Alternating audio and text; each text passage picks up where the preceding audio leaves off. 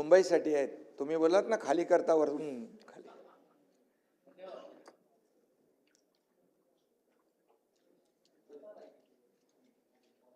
एक तर आपलं आता खाली मुख्यमंत्री महोदयांनी फनेल झोनच्या संदर्भात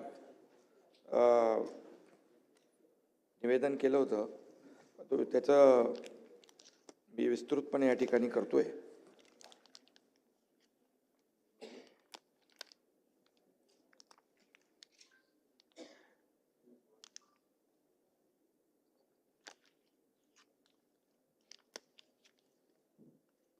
एक तर पहिलं ओसीचं करतो मी, परत तुम्हालाही त्याचा मुंबईतल्या लोकांचा फायदा होईल. सुधारित सभापती महोदय, याचं मी थोडक्यामध्ये खाली देखील परवाच्या दिवशी निवेदन केलेलं आहे. परंतु या ठिकाणी गेल्या 3-3.5 वर्षापासून जे काही मुंबईमध्ये अनेक आपण निर्णय घेतले, योजनाही केल्या, अनेक विकास प्रकल्पांना चालना दिल्या आणि त्याचबरोबर मुंबई बाहेर गेलेला जो मुंबईकर आहे त्याला पुन्हा मुंबईमध्ये सन्मानाने तो आला पाहिजे, ही भूमिका आपल्या बाळासाहेबांची नेहमीच राहिलेली आहे. आणि त्यामुळे जे खऱ्या अर्थाने जे नियम आहेत ते लोकांच्या फायद्यासाठी असले पाहिजे. लोक कायद्यासाठी नाही तर कायदा लोकांच्या हितासाठी असला पाहिजे, अशा प्रकारची भूमिका नेहमी आपण घेतलेली आहे. आणि म्हणून कधीकधी प्रस्थापित जी काही चौकट आहे त्याच्या बाहेर जाऊन देखील आपल्याला काही निर्णय घ्यावे लागतात. आणि तशा प्रकारचे निर्णय एक भाग म्हणून इमारतींसाठी सुधारित भोगवटा अभय योजना, ओसीची योजना लागू करण्याचा अत्यंत महत्त्वपूर्ण निर्णय घेतला आहे. माझ्या मागे आशिष शेलार आहेत आणि त्यांचा नेहमी पाठपुरावा, मुंबईतल्या आमदारांचा देखील सातत्याने पाठपुरावा या बाबतीमध्ये होता. आणि त्यामुळे काही नियमाचं उल्लंघन करून उभारलेल्या जवळपास 20,000 इमारतींना ओसी नाही आहे आज मुंबईमध्ये. या इमारतींच्या मूळ मंजूर आराखड्यामध्ये किरकोळ बदल केलेले आहेत, त्यामुळे त्यांना ओसी मिळत नाही. ओसी नसल्यामुळे इमारतीमधल्या रहिवाशांना सभापती महोदय दुप्पट मालमत्ता कर, पाणीपट्टी, मलनिस्सारण कर, इतर जे काही दुप्पट भरावे लागतात निवासीला आणि कमर्शियलला 4 पट. त्यामुळे या इमारतीतील जेव्हा घरं विकायची असतात, खरेदी विक्री करायची असतात, त्यावेळी देखील यांना बँका लोन देत नाही. त्यामुळे त्यामध्ये देखील अनेक अडथळे निर्माण होत आहेत. त्याचे ओसी नसल्यामुळे ही घरं विकताना त्यांना योग्य किंमतही मिळत नाही. आणि म्हणून त्याचबरोबर पुनर्विकासामध्ये केवळ मंजूर नकाशाचे क्षेत्र विचारात घेता येतं. त्यामुळे या इमारतींचा पुनर्विकास देखील करणं शक्य होत नाही. आणि म्हणून आणि ओसी नसल्यामुळे त्यांच्या डोक्यावर कायमची टांगती तलवार जी आहे ती असते. म्हणून या समस्येचा उपाय म्हणून शासनाने सुधारणांसह सुधारित भोगवटा अभय योजनेस मान्यता दिलेली आहे. यामुळे 20,000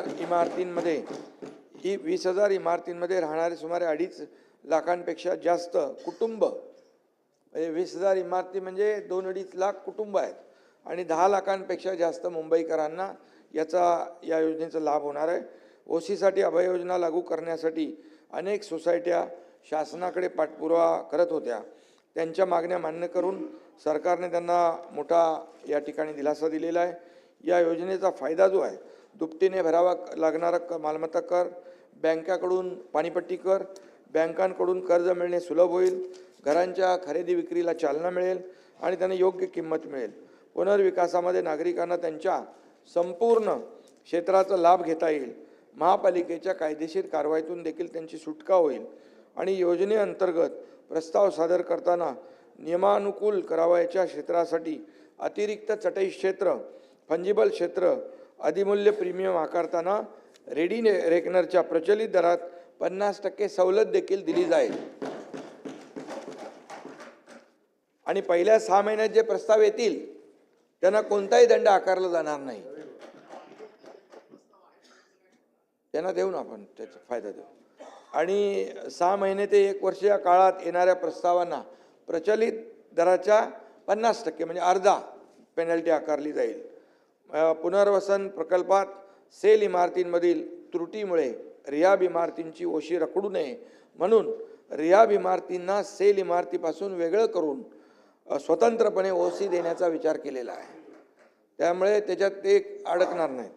एखाद्या इमारतीमधील केवळ एका सदनिकाधारकाने एका फ्लॅट ओनरनी वैयक्तिकरित्या ओशीची मागणी केली तर त्याला स्वतंत्र कार्यप्रणाली सुरू करण्याच्या सूचना देखील महापालिकेला दिल्या. त्याला सेपरेट देखील ओशी मिळेल. पाठ ओशी. बरोबर, तो एलिजिबल होईल. तो बाकी लोकांमध्ये अडकून राहणार नाही. या योजनेचा लाभ केवळ रहिवासी इमारतींना नाही तर हॉस्पिटल आणि शाळांना देखील मिळणार आहे. हे देखील तरतूद त्यात केली. मुंबईकरांनी या सुधारित अभय योजनेचा त्यांना लाभ मिळेल आणि मुंबईच्या धर्तीवर राज्याच्या अन्य महापालिकांच्या आहेत त्यामध्ये देखील अशी प्रकरणं जी आहेत त्यांना देखील या धोरणाचा फायदा मिळेल. नगरविकास विभागाच्या अधिकाऱ्यांना मी तशा सूचना दिलेल्या आहेत. त्याचबरोबर या ठिकाणी फनेल झोनचं तर मी बोललोय खाली, पण फनेल झोनमध्ये देखील येणारे बाधित झाल्या. मी अगोदर पण एकदा सुतोवाच केलं होतं त्या बाबतीमध्ये. जे एअरपोर्टच्या बाजूला लोक राहत आहेत त्यांना हाईट रेस्ट्रिक्शनमुळे वरती जाता येत नाही आणि म्हणून अशा इमारतींचा पुनर्विकास करणं शक्य होत नाही.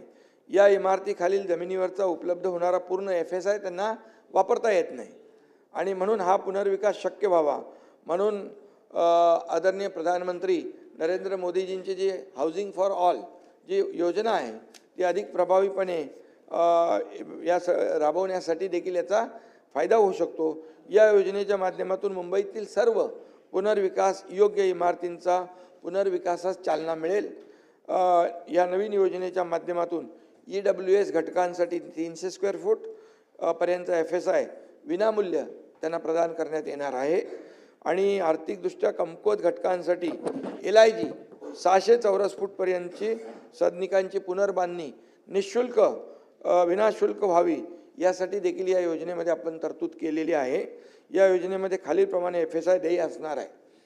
जमीन मालक मूळ जमिनीच्या मालकी हक्का इतका बेसिक FSI त्यांना त्यांच्या मालकी हक्काच्या प्रमाणात देय राहील आणि संरक्षित भाडेकरूंना त्याच संरक्षित क्षेत्रा इतका FSI किंवा 30 चौरस मीटर यापैकी जो अधिक असेल तो त्यांना देय असेल आणि अधिकृत रहिवाशांना त्यांच्या कायदेशीर ताब्यातील क्षेत्रा इतका FSI किंवा 30 चौरस मीटर क्षेत्रफळ यापैकी जे अधिक असेल तेवढा अनुज्ञेय राहील. EWS व LIG सदनिकाधारकांच्या पुनर्बांधणीसाठी आवश्यक इन्सेंटिव्ह FSI देखील आपण देणार आहोत. त्याशिवाय ते होणार नाही आणि म्हणून प्रस्तावित या योजनेअंतर्गत अनयूज FSI हा TDR म्हणजे जे आता समजा 30 माळेवरती जायचं आहे तर त्यांना 15 माळे जाता येतं. 15 माळे जे आहेत त्याचा TDR मिळणार त्यांना. TDR देणार. तो TDR ते मार्केटमध्ये हे करून त्याच्यामध्ये बांधणार ते, कारण वरती जाता येणार नाही आणि म्हणून यामुळे पुनर्विकासाच्या मार्गातील अडथळे दूर होऊन प्रकल्प राबवणं सोपं होईल आणि ज्या रखडलेल्या लाखो लोकांच्या ज्या हजारो इमारती आहेत ते मार्ग मोकळा होईल. या नवीन योजनेमध्ये विनियोजन 33/7 33/9 या नियमाअंतर्गत जे काही इन्सेंटिव्ह प्रीमियम अनुषंगिक फायदे नमूद केलेले आहेत ते कायम राहतील. ते आपण काढत नाही. तसेच या योजनेला फिजिबल करण्यासाठी इतर योजनांसोबत क्लबिंग करून राबवता येईल. ही देखील आपण तरतूद नवीन तरतूद केलेली आहे आणि या संबंधित हाऊसिंग सोसायट्यांना विनियम 33/7 33/9 या नियमाचा फायदा घेण्याची मुभा कायम राहणार आहे. या नवीन योजनेमुळे बृहन्मुंबई क्षेत्रातील फनेल झोन बाधित सर्व पुनर्विकास प्रकल्प हे फिजिबल होऊन त्याला चालना मिळेल, शक्य होईल. याशिवाय पुनर्विकास प्रकल्पाच्या यशस्वी अंमलबजावणीत येणारे संभाव्य अडचणी दूर करण्यासाठी यामध्ये मार्ग मोकळा होईल. यामुळे बहुतांश मुंबईतील इमारतींच्या पुनर्विकासाचा मार्ग मोकळा होईल आणि लोकांना मोठा दिलासा मिळेल.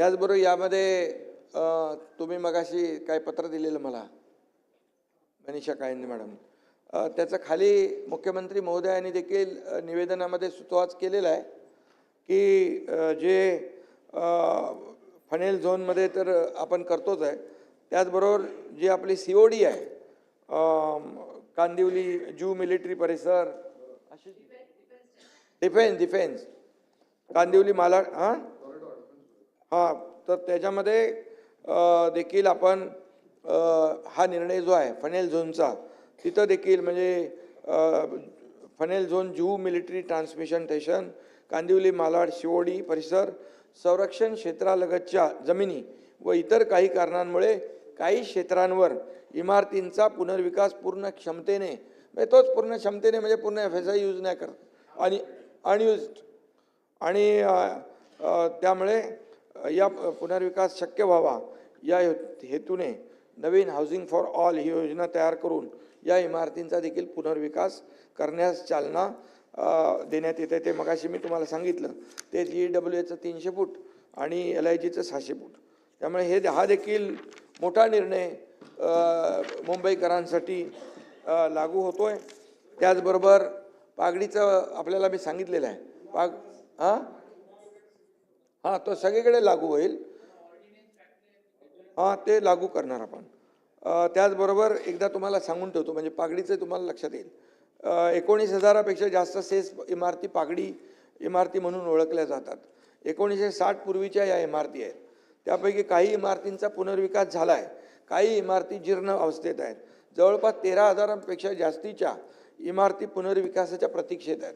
या इमारतीतल्या भाडेकरूंना महाराष्ट्र रेंट कंट्रोल ॲक्टनुसार संरक्षण प्राप्त आहे, ते प्रोटेक्टेड आहेत.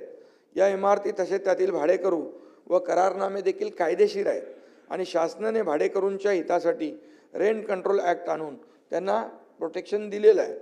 त्यांच्या पुनर्वसनाच्या हक्कामुळे घरमालकांना त्यांच्या मालकी हक्काचा योग्य मोबदला मिळत नाही, अशी घरमालकांची नेहमी तक्रार आणि वादविवाद आहे. त्याच्यामुळे या घरमालकांमध्ये आणि भाडेकरूंमध्ये खटले मोठे 28,000 अशा प्रकारचे खटले सुरू आहेत लघुवाद न्यायालय इतर न्यायालयांमध्ये.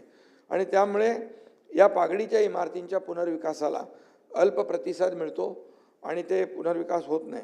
आणि म्हणून भाडेकरू तसेच घरमालक यांचा हक्क अबाधित ठेवलेला आहे आपण. म्हणजे फक्त भाडेकरूंचा विचार नाही, मालकाचाही देखील आपण त्याचा जो अधिकार आहे तो आपण काढलेला नाही. आणि म्हणून आर्थिक दुर्बल घटकांसाठी व अत्यल्प उत्पन्न घटकासाठी EWS आणि LIG हे फक्त FSI देऊन भागणार नाही, तर त्यांच्या घराची विनाशुल्क पुनर्बांधणी खर्चाची तजवीज देखील पुनर्बांधणी करण्याच्या ती देखील गरजेची आहे. त्यासाठी एक स्वतंत्र नियमावली आपण तयार करतोय. त्यामध्ये खालील तरतुदींचा समावेश करण्यात येणार आहे. भाडेकरूंच्या ताब्यातील घराचं जेवढं क्षेत्रफळ आहे तेवढा FSI देय करणे पहिला, आणि मालकांना भूखंडाच्या मालकीपोटी बेसिक FSI देय करणे, म्हणजे मालकाचा जो बेसिक FSI तो. आणि EWS LIG गटासाठी पागडीधारकांना त्यांच्या क्षेत्राच्या निःशुल्क पुनर्बांधणीसाठी लागणारा इन्सेंटिव्ह FSI देखील दिला जाईल. म्हणजे 3 प्रकार झाले, भाडेकरूचं व्याप्त क्षेत्र आणि मालकाचं बेसिक FSI आणि बांधण्यासाठी लागणारा इन्सेंटिव्ह FSI हा आपण त्याच्यामध्ये देतोय. जर काही मगाचं आता फनेलचा जो विषय होता तसा, जर कोणत्या कारणामुळे हाईट रेस्ट्रिक्शन किंवा इतर प्रतिबंधामुळे जर या तिन्ही प्रकारचे FSI पूर्णपणे वापरणे शक्य नसल्यास उर्वरित FSI TDRच्या स्वरूपात उपलब्ध करून देण्याची तरतूद देखील याच्यामध्ये आपण ठेवलेली आहे. या नियमावलीमुळे पागडी सिस्टीमच्या जुन्या इमारतींच्या पुनर्विकासाचा मार्ग मोकळा होईल. या जीर्ण इमारतींच्या पडझड होणारी थांबेल, त्यामुळे होणारी जीवित व वित्तहानी टळेल. या इमारतींच्या पुनर्विकासासाठी सध्या अस्तित्वात असलेले अन्य पर्याय जसे 33/7, 33/9 सुरू राहतील. आणि आजवर ज्या इमारतींना या स्कीमचा फायदा झालेला नाही त्यांच्यासाठी देखील हा नवीन एक पर्याय आहे.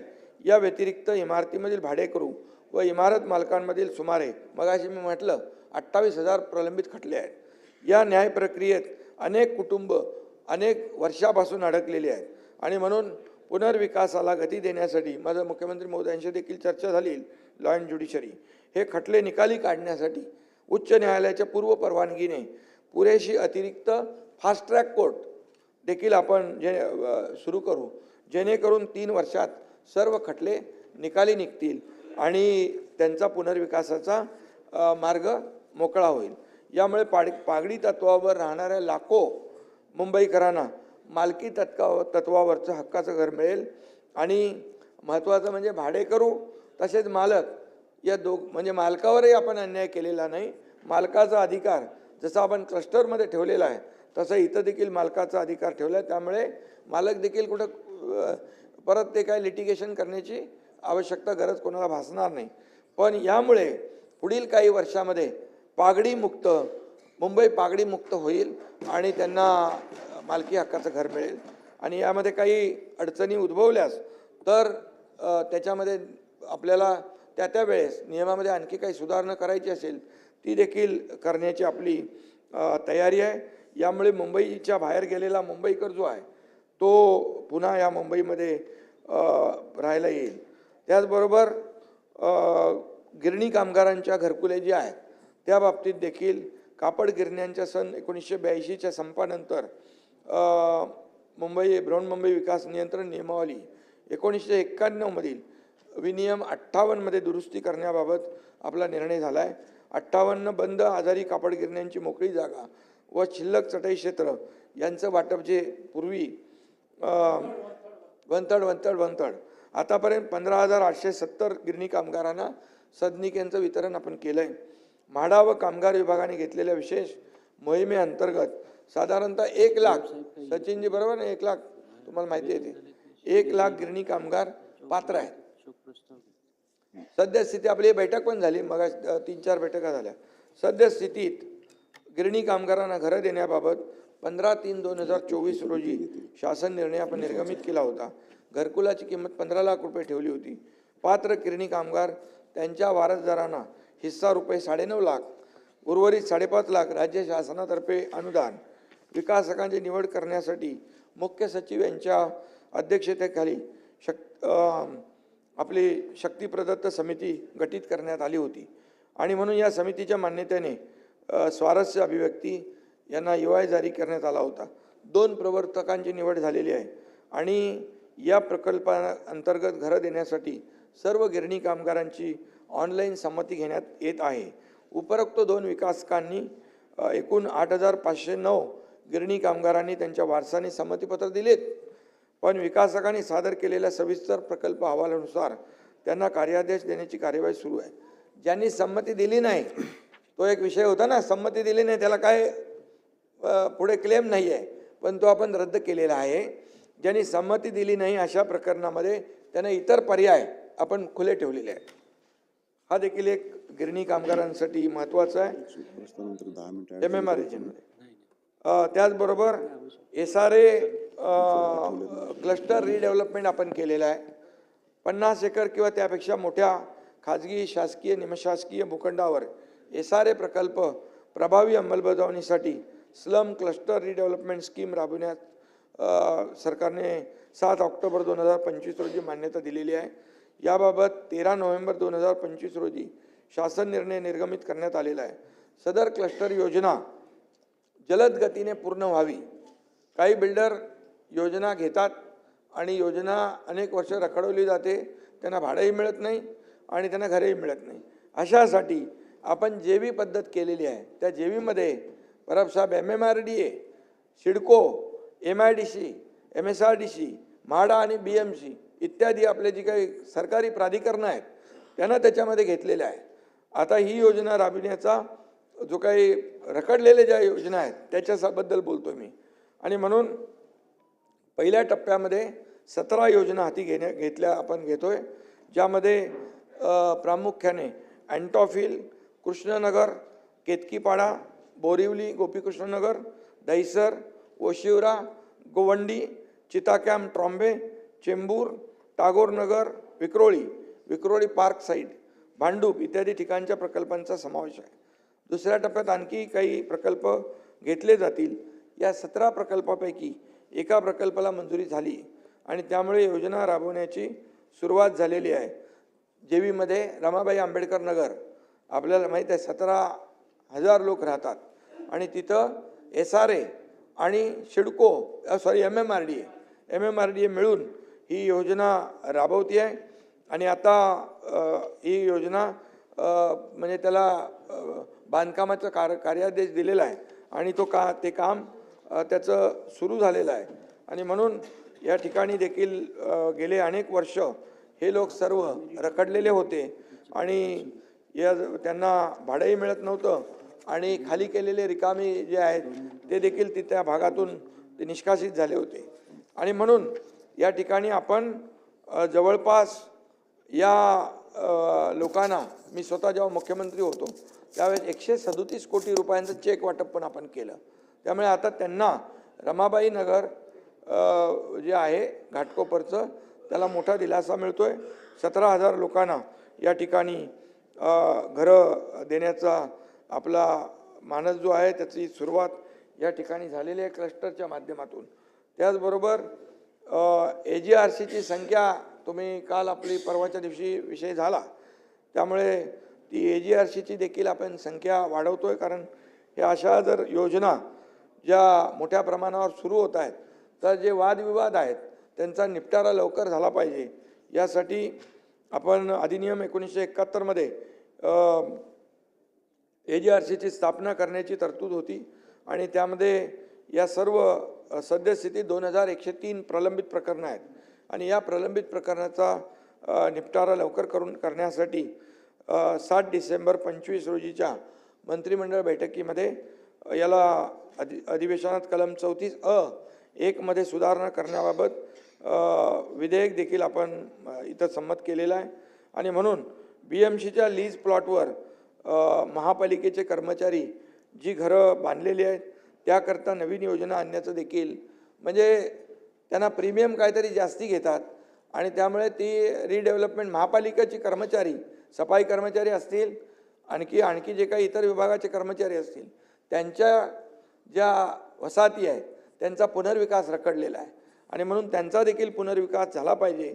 यासाठी तशा प्रकारचं धोरण महापालिकेने प्रस्ताव तयार करावा आणि नगरविकास विभागाच्या माध्यमातून त्याला मान्य करून जे काय त्यांना आपल्याला FSIमध्ये जे काही सवलत द्यायची आहे किंवा ज्या रूल्समध्ये काही बदल करायचे आहे ते देखील आपण करतो आहे. त्याचबरोबर म्हाडाची ओसीकरिता जी अभय योजना होती ती योजना 31 डिसेंबर 2025 पर्यंत लागू होती. तर अनेक लोकांची मागणी होती की ती मुदत वाढवली पाहिजे, तर ती या योजनेला देखील 1 वर्षाची मुदतवाढ देण्याचं देखील म्हाडाला आपण सुचवलेलं आहे, निर्देश दिलेले आहेत. SRA मध्ये देखील असाच विषय आहे, बरोबर ना.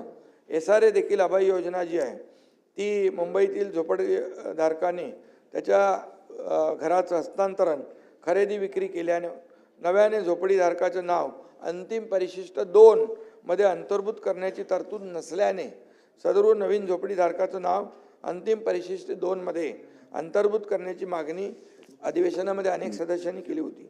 त्यानुसार अशा झोपडीधारकांकरता एक वेळची अभय योजना राबविण्याकरता 1 ऑक्टोबर 2024ला निर्णय घेतला होता आणि ती 3 महिन्यापुरती मर्यादित होती.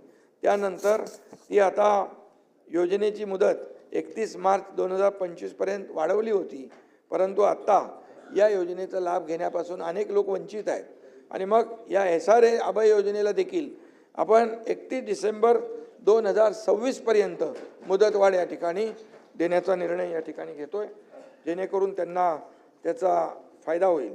त्याचबरोबर PAP साठी हाऊसिंग स्टॉक जो आहे तो देखील वाढला पाहिजे आणि म्हणून त्यामुळे मग प्रकल्प बाधित आहेत, त्यांना घरं मिळत नाहीत, विरोध होतो, संघर्ष होतो आणि म्हणून फॉरेस्ट, मँग्रोव्ज, CRZ इत्यादी ठिकाणी इन सिटू पुनर्विकास होऊ शकत नाही. त्यामुळे बऱ्याचशा पायाभूत प्रकल्प जसे रस्ता रुंदीकरण, मेट्रो, पाणी योजना, मलनिस्सारण योजना प्रकल्प जलद गतीने पुढे नेण्यासाठी PAPची जी गरज आहे ते म्हणून या ठिकाणी समाजातील गरीब गरजू घटकांना जसं गिरणी कामगार आहेत, डबेवाले आहेत, माथाडी कामगार आहेत आणि इत्यादी लोकांना घरं देण्याचं शासनाने धोरण स्वीकारलेलं आहे. या सर्वांना घरं वेळेवर मिळावी याकरता मोठ्या प्रमाणावर राज्य स्तरावर हाऊसिंग स्टॉकची आवश्यकता भासली आहे आणि या सर्व घटकांना घरं देण्यासाठी शासनाच्या विविध योजनेतून उपलब्ध होणाऱ्या हाऊसिंग स्टॉकला एकत्रित करून त्याचा सुनियोजित प्राधान्यक्रमाने वितरण करण्याचं म्हणजे एक हाऊसिंग बँक आपण तयार करतोय, जेणेकरून या लोकांना आपल्याला देता येईल. आणि म्हणून या हाऊसिंग स्टॉक करता मुंबईतील 33/7, 33/9, 33/12B यासह विविध योजना तसेच राज्यस्तरावरील इन्क्लुझिव्ह हाऊसिंग PMOI इत्यादी योजनांचा समावेश करण्याचा आमचा सरकारचा मानस आहे. आणि या हाऊसिंग स्टॉकमुळे जुन्या लोकांना तातडीने घरं देणे तसेच नवीन प्रकल्पांकरिता मुबलक हाऊसिंग स्टॉक उपलब्ध होण्याची संधी या ठिकाणी मिळेल. त्याचबरोबर सभापती महोदय, एक अतिशय महत्त्वाचा विषय आपण या ठिकाणी धोरण करण्याचा आपला प्रयत्न आहे की मँग्रोव्ज आहेत, म्हणजे खाजगी जमिनीवर मँग्रोव्ज आहेत, पण ते मँग्रोव्ज त्याला योजना नाही आहे आणि त्यामुळे खारफुटीची तोड होऊन अतिक्रमण त्याच्यावर होतं आहे, इलिगल बांधकामं होत आहेत आणि यासाठी त्याचं संरक्षण आणि संवर्धनासाठी म्हणजे मँग्रोव्ह पार्क पर्यावरणाचा विषय आहे. तर त्यामुळे मँग्रोव्ह पार्क आणि मँग्रोव्हचं जतन करणं, पर्यावरणाचा ऱ्हास थांबवणं यासाठी देखील आमचा विचार आहे की याकरिता जो जमीन मालक आहे, कारण त्याला काही मिळतच नाही, त्यामुळे तो काही लक्षही देत नाही आणि काही करत नाही. मँग्रोव्ह तोडफोड होते, तिथे सगळे भरणी करतात, इलिगल बांधकामं होतात आणि म्हणून यामध्ये एक ग्रीन TDR ची एक संकल्पना आहे, ती देऊन या ठिकाणी मँग्रोव्हचं जतन करणं, संरक्षित करणं आणि त्याचं प्रोटेक्शन करणं अशा प्रकारचा एक विचार आहे आणि तो देखील धोरण आम्ही ते मागवतोय, धोरण तयार करतोय. त्याचबरोबर झोपडपट्टी पुनर्वसनाची या ठिकाणी जी योजना आहे त्यामध्ये देखील ही झोपडपट्टी पुनर्वसन योजना 1971 मधील कलम 13(1) मध्ये सुधारणा आपण करतोय. झोपडपट्टी पुनर्वसन योजना जलद गतीने राबविण्यासाठी झोपडपट्टी पुनर्वसन क्षेत्र म्हणून घोषित केल्यानंतर विकासक, जमीन मालक, संबंधित झोपडीधारकांची संस्था यांच्याकडून झोपडपट्टी पुनर्वसन योजनेचा प्रस्ताव सादर करण्याचा कालावधी हा 120 दिवसापासून 60 दिवसापर्यंत कमी करण्यात आला आहे. यामुळे प्रकल्पांना गती मिळेल आणि याबाबतची अधिसूचना 29/8/2025 रोजी निर्गमित केलेली आहे. त्यामुळे खाजगी जमिनीचं भूसंपादन लवकरात लवकर करणं शक्य होईल आणि त्यामुळे झोपडपट्टी धारकांचा पुनर्विकास योग्य वेळात होईल. त्याला प्रलंबित भाडं जे आहे ते देखील वेळेवर मिळेल आणि यामध्ये असं आपण केलेलं आहे, अधिनियम 1971 मध्ये कलम 33(B) नव्याने समाविष्ट केलेला आहे. झोपडपट्टीवासियांना देय असलेलं प्रलंबित भाडं आणि झोपडी पुनर्वसन प्राधिकरणाला देय असणारा रकमा आणि थकबाकीची वसुली करण्यासाठी संबंधित विकासकाच्या मालमत्तेची जप्ती आणि विक्री करून रक्कम वसूल करण्याची नव्याने तरतूद करण्यात आलेली आहे. याबाबतची अधिसूचना देखील 29/8/2025 रोजी निर्गमित केलेली आहे. त्यामुळे ही झोपडपट्टी पुनर्विकास योजना देखील अतिशय वेगवान पद्धतीने मार्गी लागेल. आणि शेवटचं एक आहे, आपली बैठक झाली होती शशिकांतजी सिडकोच्या घराबाबतीमध्ये. सिडकोतर्फे नवी मुंबईतील खारघर, वाशी, खारकोपर, तळोजा, उल्वे, कळंबोली, कामोठे, पनवेल या परिसरामध्ये 17,000 घरं बांधण्यात आली आहेत. त्या घरांची लॉटरी प्रक्रिया पुढील 2 महिन्यात पूर्ण करण्यात येणार आहे. वेगवेगळ्या प्रवर्गांसाठी घरांसाठी वेगवेगळे दर आहेत. त्या घरांसाठी सिडकोने निश्चित केलेल्या दरामध्ये काही लोकांनी मागणी केली होती की रकमा जादा आहेत आणि म्हणून यामुळे प्रधानमंत्री नरेंद्र मोदीजी यांच्या सॉरी तू मागे दिसला नाही, यांनी सगळं पुस्तक एकदम पूर्ण अभ्यास करून सगळं फायली घेऊन आलेला आणि चांगलं आहे, अभिनंदन. आणि त्यामुळे मी त्यांना सांगितलं तुमचं काय मी ऐकणार नाही, विक्रांतने भरपूर दिल्या सांगितलं मला आणि शशिकांतजींनी.